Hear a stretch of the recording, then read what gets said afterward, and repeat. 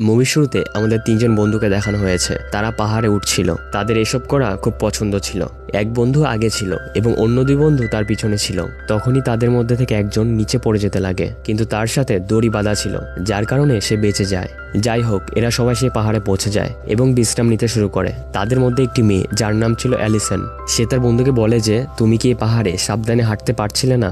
যদি তুমি নিচে পড়ে মারা যেতে তখন কি হতো? এরপর তারা তিনজনেই এই পাহাড়ে তৈরি একটি বাড়িতে পৌঁছে যায়, যেখানে প্রথম থেকেই আরো দুজন বন্ধু তাদের অপেক্ষা করছিল। এখানে আসার পর এক বন্ধু সে জানতে পারে যে এখানে কোনো সিগন্যালই আসছে না, যার কারণে সে অনেক চিন্তিত হয়ে পড়ে। সেখানেই অ্যালিসন বাথরুমে স্নান করার সময় এটা ভাবছিল, যদি পাহাড় থেকে পড়ে মারা যেত তাহলে কি হতো। যাই হোক, এরপরে রাতে সবাই মিলে পার্টি করছিল আর সবাই তাস খেলছিল। তারা সবাই অনেক মজা করছিল। তাস খেলার পর তাদের দুজন বন্ধু বিশ্রাম করতে রুমে চলে যায়, যারা আগে থেকে এখানে উপস্থিত ছিল। এবং এখন অ্যালিসন, অ্যাড এবং তারা তিনজন বন্ধু মিলে একসাথে বসে কথা বলছিল। তখনই অ্যাডের নজর হঠাৎ করে বাইরের দিকে যায়। সে বলে যে আবহাওয়া হয়তো খারাপ হতে চলেছে, খুব শক্তিশালী ঝড় উঠবে। এরপর যখন সকাল হয় তখন তারা দেখতে পায় যে আবহাওয়া এখনো খারাপ রয়েছে। তখন সব বন্ধুরা মিলে এটা সিদ্ধান্ত নেয় যে আমরা পাহাড়ে না উঠে বরং জঙ্গলের রাস্তা দিয়ে যাব, কারণ আবহাওয়া খারাপ হয়ে গেলেও তাদের কোনো বিপদ হবে না। যাই হোক, এরপর সবাই জঙ্গলের রাস্তা দিয়ে রওনা দেয়। অনেকক্ষণ ধরে হাঁটার পর যখন তারা থেমে ব্রেক নেয়, তখন অ্যাড তাদের থেকে আলাদা হয়ে কিছুটা দূরে চলে যায়, যেখানে সে একটা অদ্ভুত আওয়াজ অনুভব করছিল। আওয়াজ শুনে সে তাড়াতাড়ি তার বন্ধুদের ডাকে এবং এখন তারা সেই কণ্ঠের অনুসরণ করতে শুরু করে।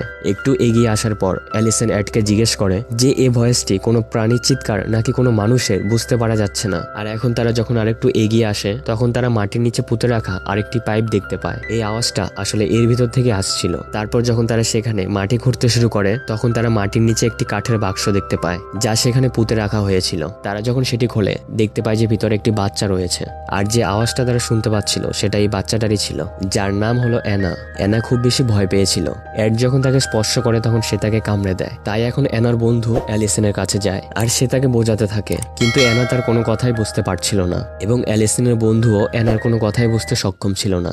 যাই হোক, সে অ্যালিসনকে জল খাওয়ায়। অ্যালিসন সেই পাইপটি দেখে বলে যে এই পাইপটি লাগিয়ে রেখেছে, এই ব্যাপারটা তো পরিষ্কার। সে অ্যানাকে মারতে চাইছিল না, সে এই পাইপটি এর জন্য লাগিয়েছিল যাতে সে এর ভিতরেও যেন শ্বাস নিতে পারে। এখন সবাই একসাথে এক জায়গায় বসে। সবাই মিলে এটা সিদ্ধান্ত নেয় যে আমরা সবাই অ্যানার সাহায্য করব। এখানে অ্যালিসনের বন্ধু বলে যে কাছাকাছি একটা গ্রাম আছে, সেখানে যাওয়ার জন্য দুটি উপায় রয়েছে। একটি হলো পাহাড় থেকে, যা এর শর্টকাট রাস্তা, আমরা শীঘ্রই সেখান থেকে পৌঁছে যাব, আর অন্যটি হলো এই জঙ্গলের মাধ্যমে। তারপরে তারা সিদ্ধান্ত নেয় যে অ্যালিসন এবং তার বন্ধু, যারা সবকিছু বলছিল, কারণ এরা দুজন যেহেতু ভালো মাউন্টেন ক্লাইম্বার, অর্থাৎ তারা খুব সহজে পাহাড়ে উঠতে এবং নামতে পারে, সুতরাং তারা দুজন পাহাড়ের শর্টকাট রাস্তা ধরে যাবে এবং বাকিরা জঙ্গলের পথ ধরে এগিয়ে যাবে আর তারা সাহায্যের জন্য অপেক্ষা করবে।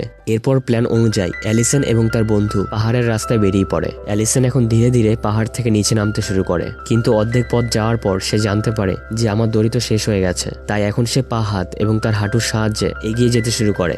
ওখানে অ্যালিসনের বন্ধু তার পিছনে ছিল আর ধীরে ধীরে সেও নিচে নামছিল। তখনই হঠাৎ করে জানি না কি হয়েছিল, অ্যালিসনের বন্ধুর দড়িটি ছিঁড়ে যায় এবং সে পাহাড় থেকে নিচে পড়ে যায়, যার কারণে তার মৃত্যু হয়। এটা দেখে অ্যালিসন খুব বেশি ভয় পেয়ে যায় এবং সে সাহায্যের জন্য ডাকতে থাকে। অন্যদিকে জঙ্গলে আমরা অ্যাড এবং বাকি বন্ধুদের দেখতে পাই, যারা জানতো না যে তাদের একজন বন্ধু মারা গেছে। তারা অ্যানাকে সাথে নিয়ে এগিয়ে যাচ্ছিল। এখানে এক বন্ধু বলে যে যদি আমরা অ্যানাকে কোলে তুলে নিই তাহলে খুব তাড়াতাড়ি হাঁটতে পারবো। এরপর সে যখন অ্যানাকে তুলতে লাগে তখন সে ভয় পেয়ে যায়, তাই তারা পায়ে হেঁটেই ধীরে ধীরে এগিয়ে যেতে থাকে।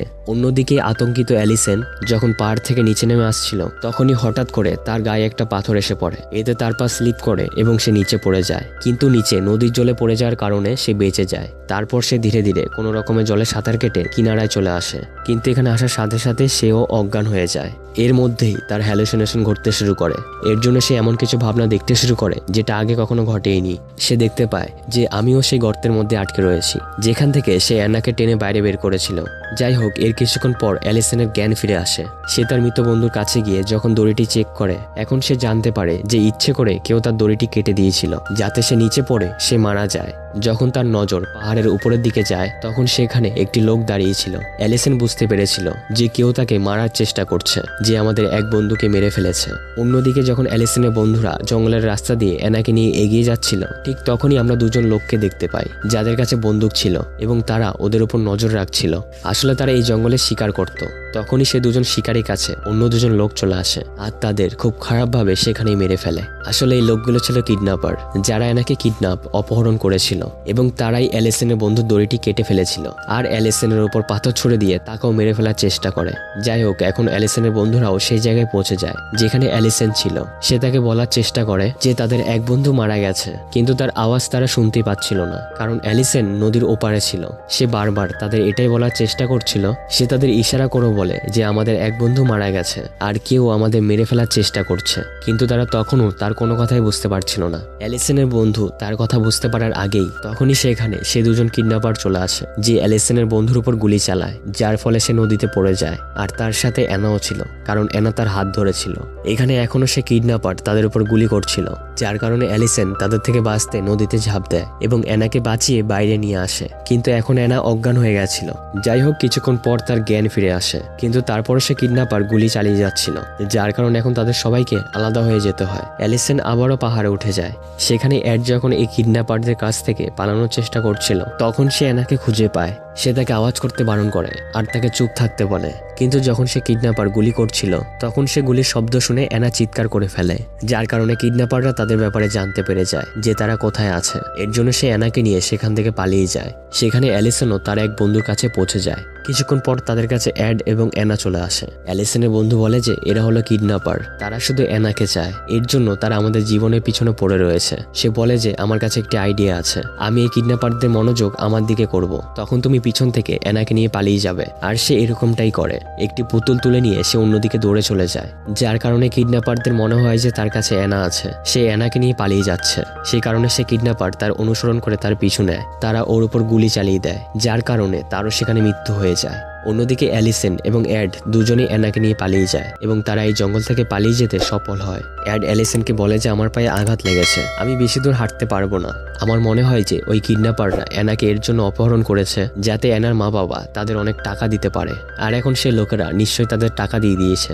এই কারণে সে কিডন্যাপাররা এখন আমাদের পিছনে লেগেছে যেন আমরা অ্যানাকে তাদের হাতে তুলে দিই। সব কথা শোনার পর অ্যালিসন বলে, সত্যি তোমার মনে হয় যে আমাদের এটা করা উচিত? না, আমি এসব করতে প্রস্তুত নই। আর এখন এই কথাগুলো আসলে সত্যিই ছিল। ওই কিডন্যাপাররা অ্যানার ধনী বাবার কাছ থেকে টাকা নিতে চেয়েছিল, এই কারণেই তারা অ্যানাকে অপহরণ করেছে।